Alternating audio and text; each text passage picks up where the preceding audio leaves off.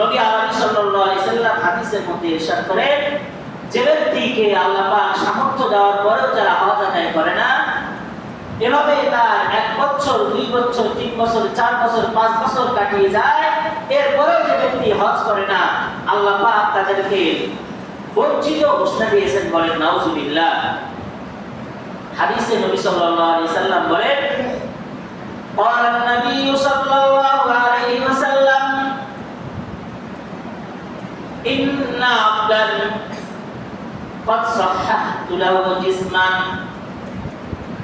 নবী আরবি সাল্লাল্লাহু আলাইহি ওয়াসাল্লাম ইরশাদ করেন,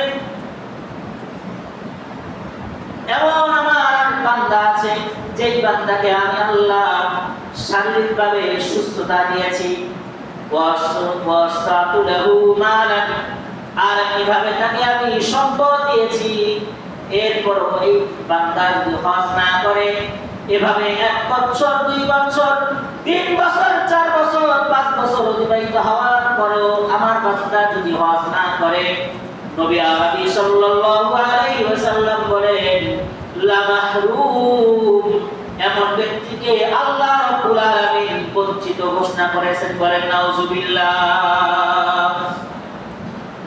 আর হাদিসের মধ্যে নবী আরবি সাল্লাল্লাহু আলাইহি ওয়াসাল্লাম বলেন, ওয়া মা উম্মতেরা, বাইতুল্লাহকে উঠিয়ে নেওয়ার পূর্বে তোমরা বাইতুল্লাহ হজ করো।